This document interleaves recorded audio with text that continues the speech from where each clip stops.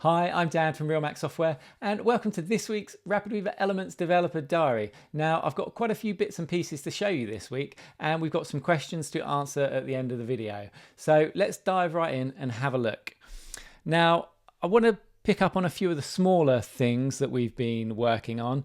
One, we've changed the way the selection rings work. If you watch last week's video, you'll notice when I highlight something and move out of the view, the highlight ring disappeared.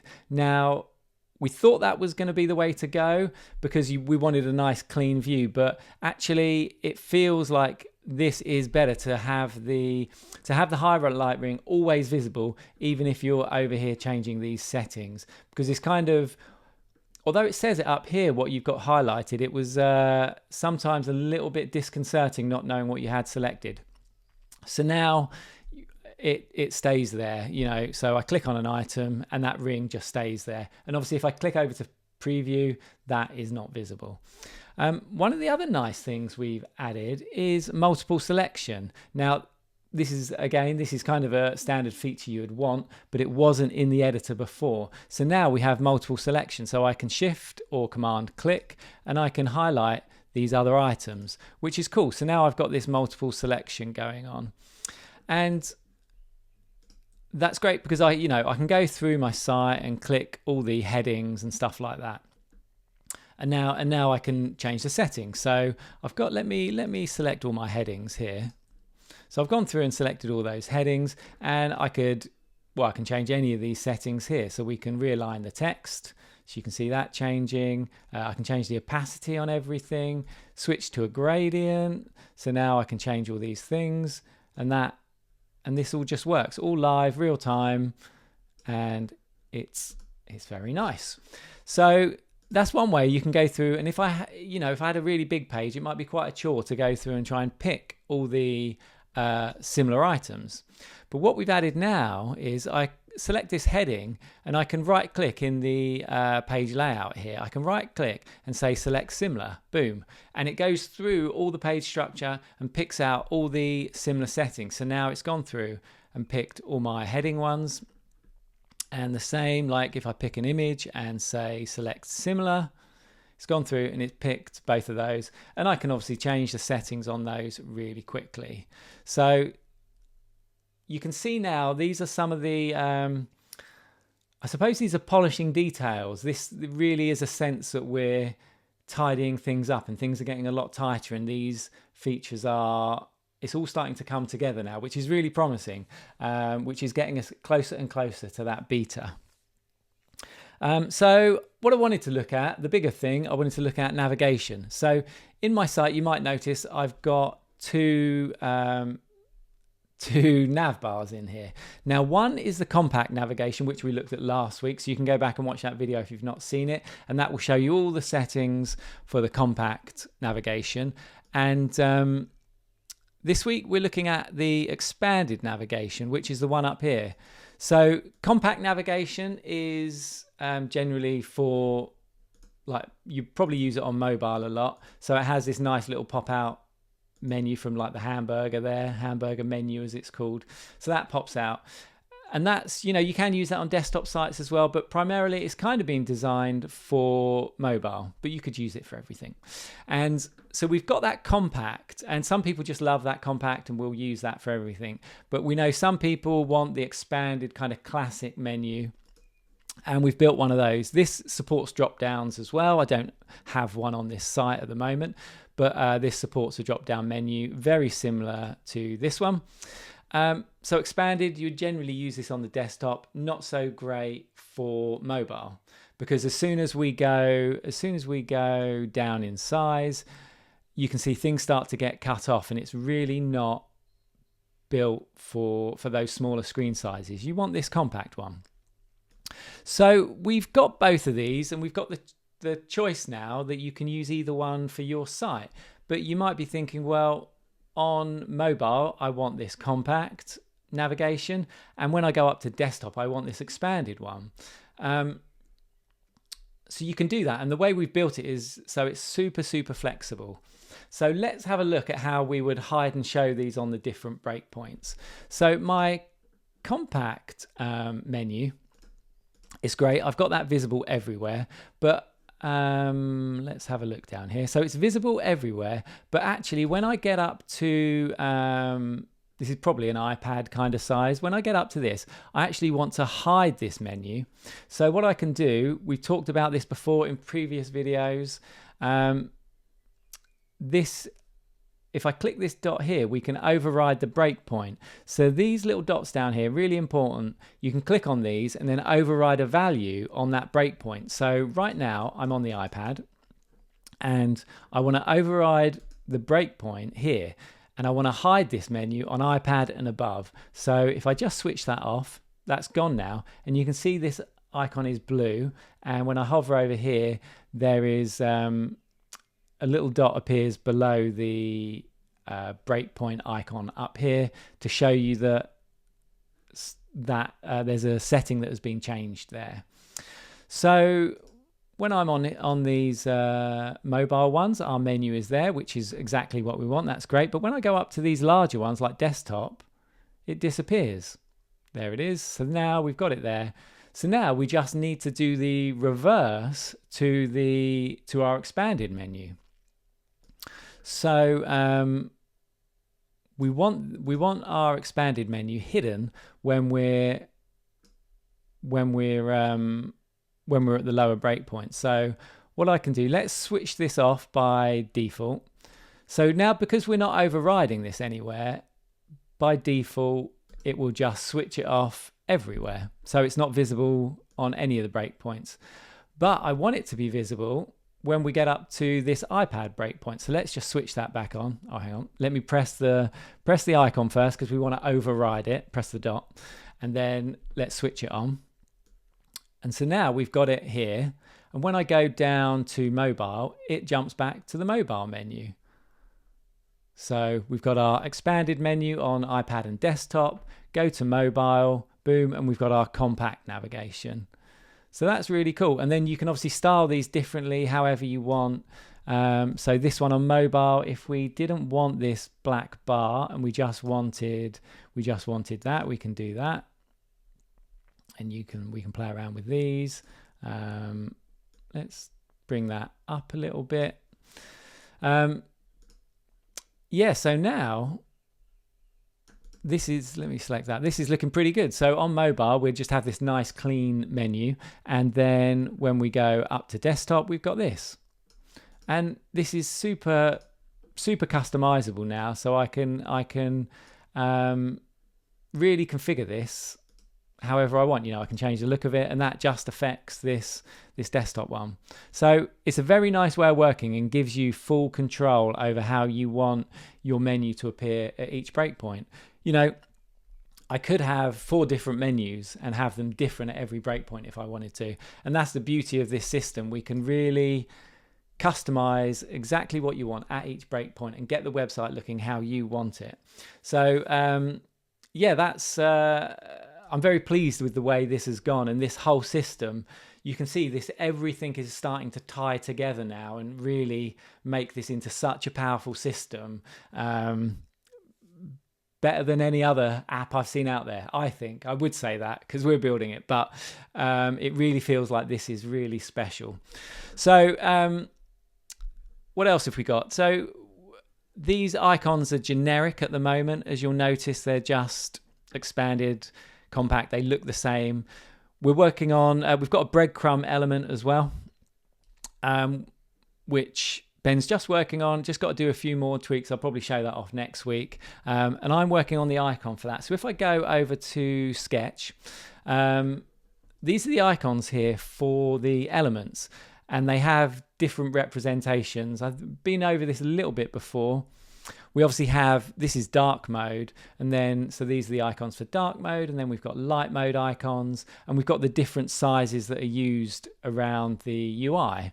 So these are the large icons, and if I switch to the list view, you can see these are the smaller ones.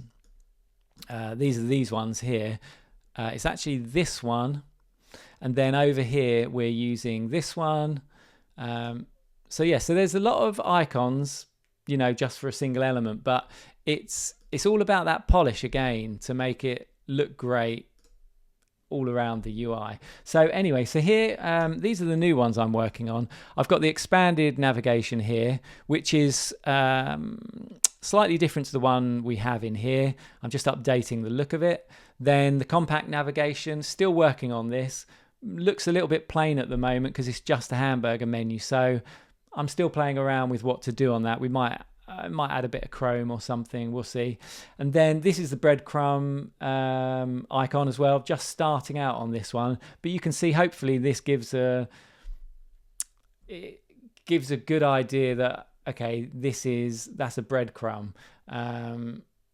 That's really working on these icons. That's what it's all about, trying to distill down a representation of what the element does. And some of the elements do a lot of things, so it's trying to get it down so you can kind of look at these at a glance and see exactly what they do. And a lot of it seems, you might think, oh well, that's obvious, but from our experience and when we've looked at other systems, people haven't really spent the time and they've just thrown an icon in that they think looks good and it doesn't really represent what it is. But yeah, so we keep refining these icons, and we're pushing to try and get them so that they really give you an idea of what they do, exactly what they do at just a glance. Yeah, so that's what we're working on. Or that's what we've been working on. We've got a lot of good stuff coming up, and we've still got to talk about this little icon up here, and that is coming in maybe the next few weeks. We'll probably demo that sometime in April, I think.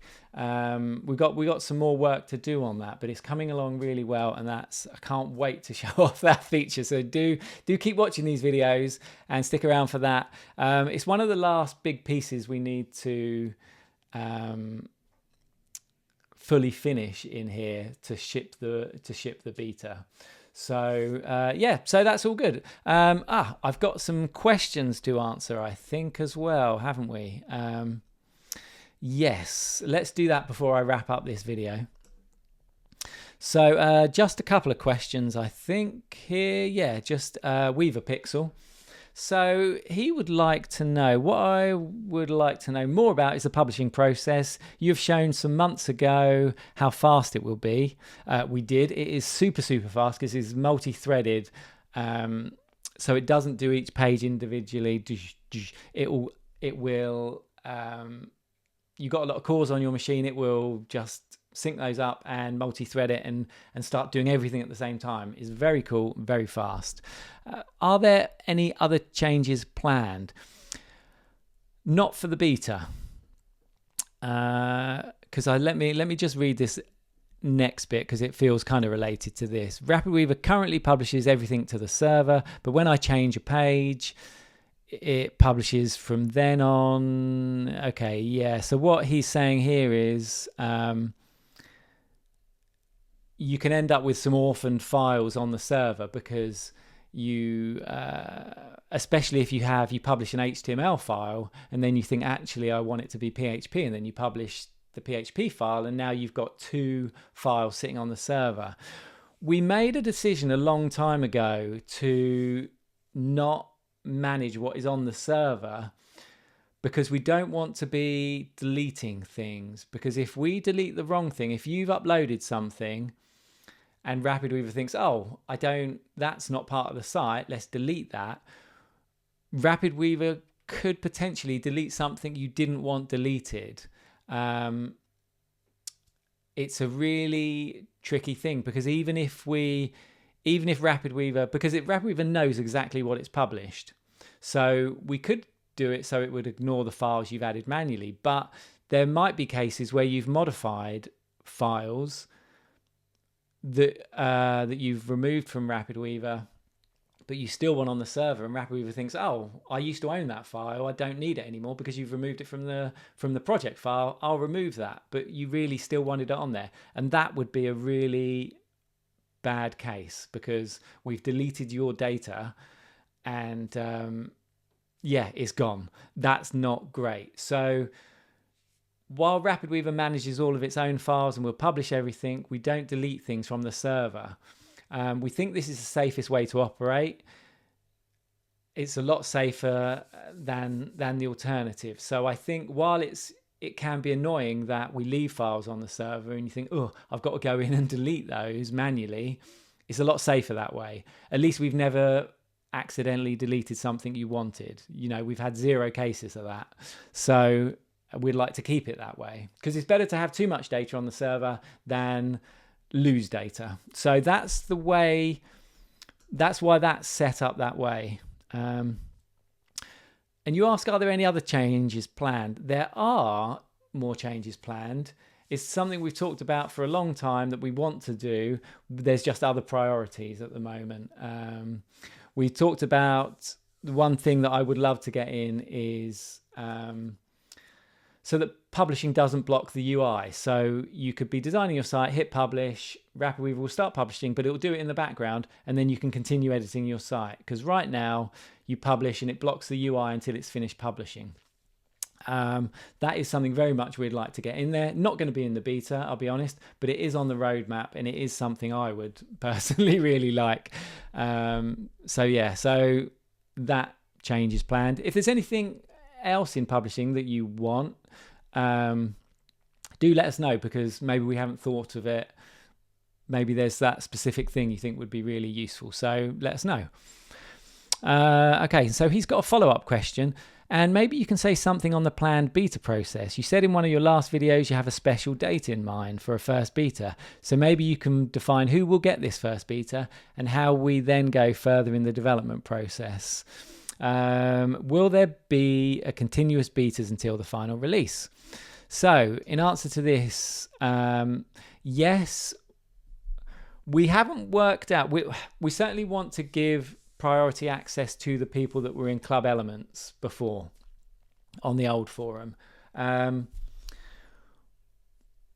We want to make sure it's fair, and we want to make sure those people that have really been following along RapidWeaver Elements and are really diehard RapidWeaver users. We want the people that are passionate about this, the people that will use it and give feedback. So really, while we'll try and prioritize those people that supported us at the beginning, we also will want to include people that are really, really passionate and will use it and give us great feedback and work with us. We don't want people that just want to get access to the beta and then never speak to us. That's not really what we want. That's not what a beta is about.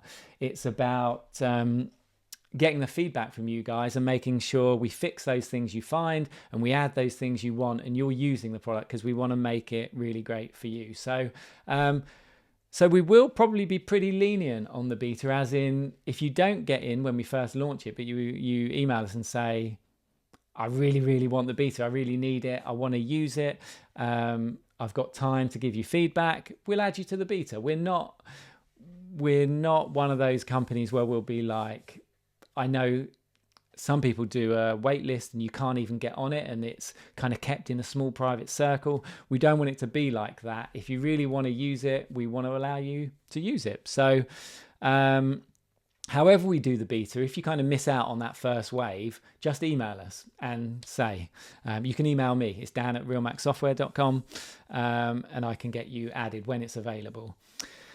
And there will be continuous betas. We'll release a beta and then we'll, I don't want to say it'll be weekly, but it'll be a regular update, because as you've seen, we do these weekly videos and how much we change and how much is getting changed every week.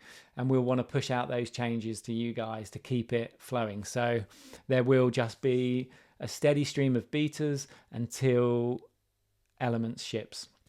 So, which will be really nice. And then your last little comment there, by the way, is the special date you have in mind, the 4th of June. That's, to my knowledge, when RapidWeaver 1.0 B1 was released in 2004. I'm not going to say either way whether that's right or wrong, but wouldn't that be, it would be a great day, wouldn't it? Because I think that is 20 years. So, yeah, so thank you for all those, for those 2 questions. That is very good, Weaver Pixel. Marcus, I should probably post, I only posted this last night again. I should probably ask for questions straight after the last video, because because it doesn't give you much time. But anyway, these videos are long enough, so that's probably okay as well. All right, that's all for this week. We'll be back next week with another great elements video. Hope you've enjoyed this. Leave any comments or questions you have down below and we'll get those answered as well. All right, have a great week. Cheers, bye.